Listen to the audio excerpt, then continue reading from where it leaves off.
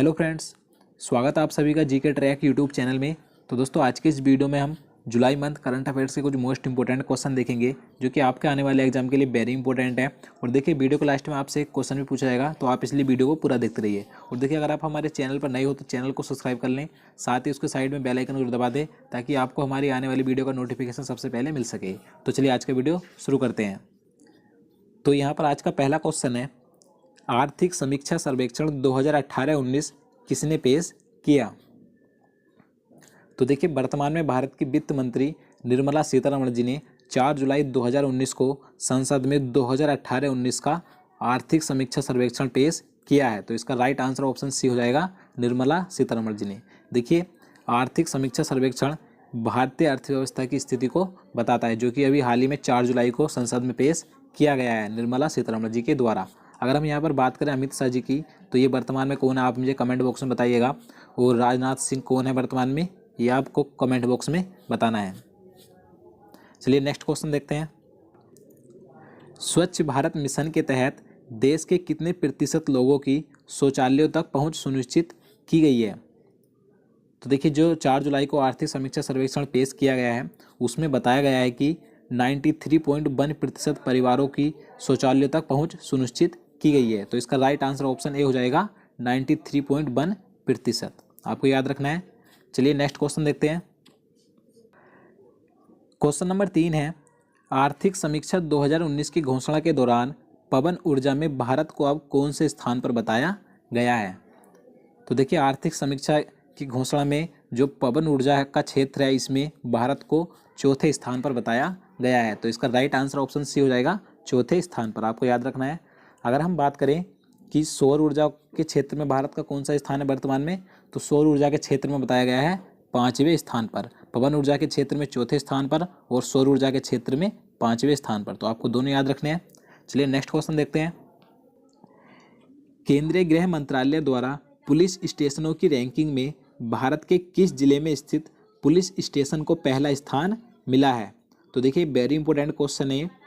तो इसका right answer option A हो जाएगा, बीकानेर। देखिए, राजस्थान के बीकानेर जिले में कालू पुलिस स्टेशन को केंद्रीय गृह मंत्रालय की रैंकिंग में पहला स्थान मिला है। तो आपको याद रखना है। अगर हम बात करें कि दूसरे स्थान पर कौन है, दूसरा स्थान किसे मिला है, तो दूसरा स्थान मिला है अंडमान द्वीप समूह के निकोबार जिले में स्थित कैंपबेल पुलिस स्टेशन को। और देखिए, तीसरे स्थान पर है पश्चिम बंगाल का मुर्शिदाबाद जिले का फरक्का पुलिस स्टेशन। तो आपको तीनों याद रखनी है। पहले स्थान पर, वेरी इंपॉर्टेंट है, पहले स्थान पर है राजस्थान के बीकानेर जिले का कालू पुलिस स्टेशन।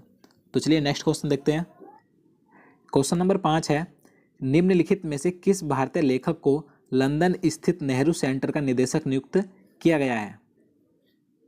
तो इसका सही आंसर ऑप्शन डी हो जाएगा, अमीश त्रिपाठी को। आपको याद रखना है। देखिए, लंदन में स्थित जो ये नेहरू सेंटर है, ये एक सांस्कृतिक केंद्र है जो कि भारतीय संस्कृति संबंध परिषद के तहत आता है। तो इसका भी हाल ही में नया निदेशक नियुक्त किया गया है, अमीश त्रिपाठी को। आपको याद रखना है। देखिए, इस नेहरू सेंटर की स्थापना सन 1992 में की गई थी। आपको याद रखना है।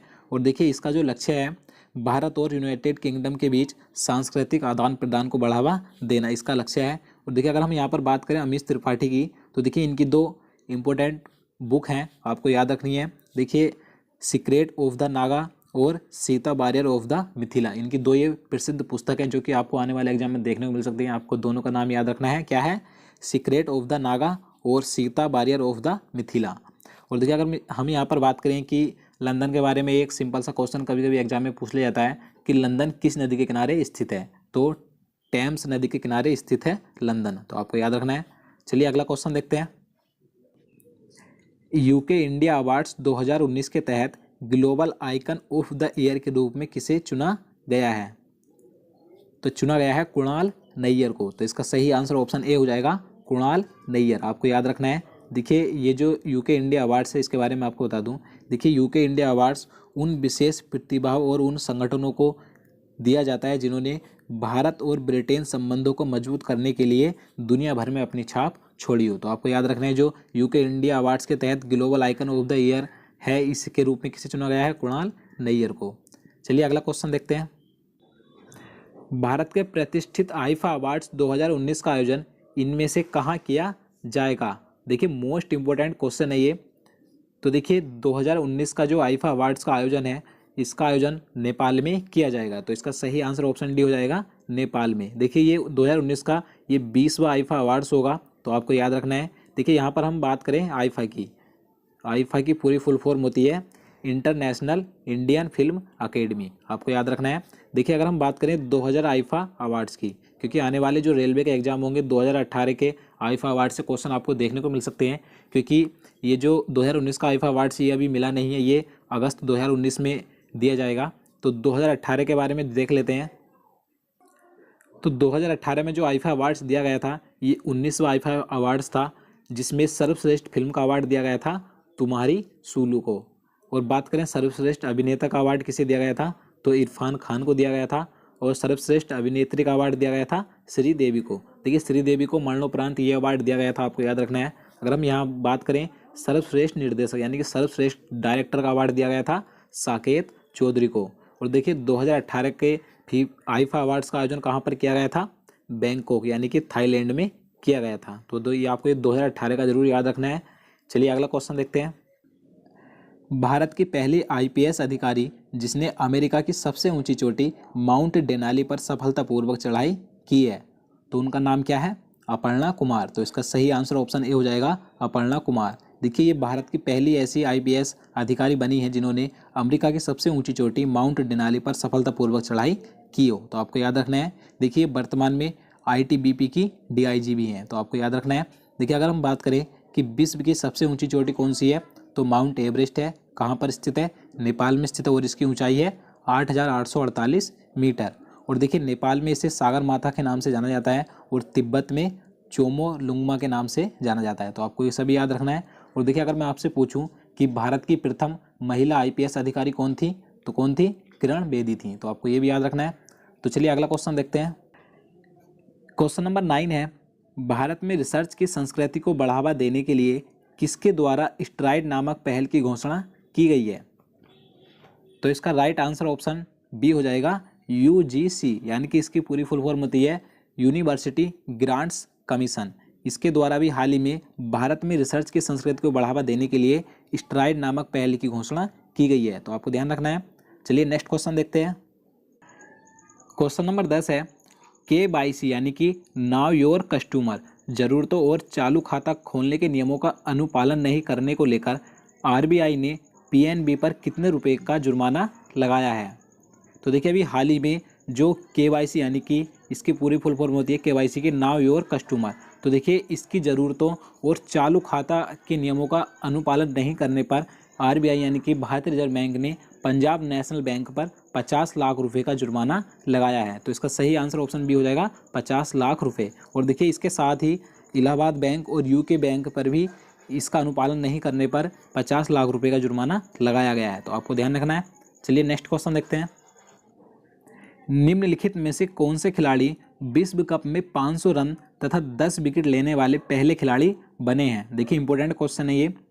तो इसका राइट आंसर ऑप्शन सी हो जाएगा, साकिब अल हसन। देखिए ये बांग्लादेश के ऑलराउंडर खिलाड़ी हैं जिन्होंने ये कारनामा किया है वर्ल्ड कप इतिहास में। देखिए ये ऐसा कारनामा करने वाले पहले खिलाड़ी हैं जिन्होंने एक वर्ल्ड कप में 500 से ज़्यादा रन बनाए हों और साथ ही 10 विकेट भी लिए हों। तो अभी तक ये कारनामा किसी भी खिलाड़ी ने नहीं किया था एक वर्ल्ड कप में। तो आपको याद रखना इनका नाम क्या है, साकिब अल हसन। ये बांग्लादेश के ऑलराउंडर खिलाड़ी हैं। तो चलिए नेक्स्ट क्वेश्चन देखते हैं। हाल ही में 21वीं राष्ट्रमंडल टेबल टेनिस चैंपियनशिप का आयोजन कहाँ किया जाएगा, तो इसका सही आंसर ऑप्शन डी हो जाएगा, ओडिशा। देखिए ओडिशा के कटक में 21वीं राष्ट्रमंडल टेबल टेनिस चैंपियनशिप का आयोजन किया जाएगा, आपको याद रखना है। देखिए अगर हम बात करें ओडिशा की राजधानी आप सभी को पता होगा क्या है, भुवनेश्वर है। और ओडिशा के वर्तमान में जो सीएम यानी कि मुख्यमंत्री हैं नवीन पटनायक जी हैं, और यहाँ के वर्तमान में गवर्नर हैं गणेशी लाल। चलिए नेक्स्ट क्वेश्चन देखते हैं। क्वेश्चन नंबर 13 है, हाल ही में समुद्र मार्ग यात्रा के लिए भारत ने किस देश के साथ समझौते पर हस्ताक्षर किए हैं। तो देखिए अभी हाल ही में भारत ने मालदीव देश के साथ समुद्र मार्ग यात्रा के लिए अहम समझौते पर हस्ताक्षर किए हैं। तो इसका राइट आंसर ऑप्शन सी हो जाएगा, मालदीव देश के साथ। आपको ध्यान रखना है। अगर हम बात करें यहाँ पर मालदीव की, तो मालदीव की राजधानी क्या है, माले है। ये कई बार एग्जाम में पूछी जाती है, मालदीव की राजधानी माले है। और इसकी मुद्रा है मालदीवी रुपया। तो चलिए अब नेक्स्ट क्वेश्चन देख लेते हैं, जो कि मैंने आपसे पिछली वीडियो में पूछा था। नीति आयोग द्वारा जारी स्वास्थ्य रैंकिंग में भारत के किस राज्य को पहला स्थान मिला है? तो ये क्वेश्चन मैंने आपसे लास्ट वीडियो में पूछा था। तो इसका राइट आंसर था ऑप्शन सी, यानी कि केरल।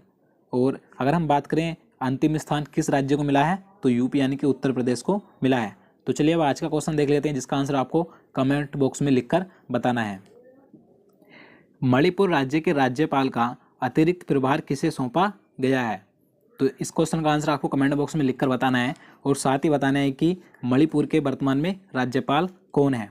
और देखिए, मैं आपसे कमेंट बॉक्स में लिखने को इसलिए कहता हूं क्योंकि अगर आप कमेंट बॉक्स में इसका राइट आंसर लिखते हैं तो आपके ये हमेशा के लिए याद हो जाता है। तो इसी तरीके से मैं आपसे प्रत्येक वीडियो में एक क्वेश्चन पूछता हूं, जो कि आपके लिए हेल्पफुल होता है। तो दोस्तों, आज के लिए इतना ही। अगर आपको वीडियो पसंद आया और आपके लिए काम का हो तो वीडियो को लाइक कर देना, और अपने दोस्तों के साथ ज़्यादा से ज़्यादा शेयर भी करना। तो आज के लिए इतना ही, मिलते हैं नेक्स्ट वीडियो में। जय हिंद, जय भारत।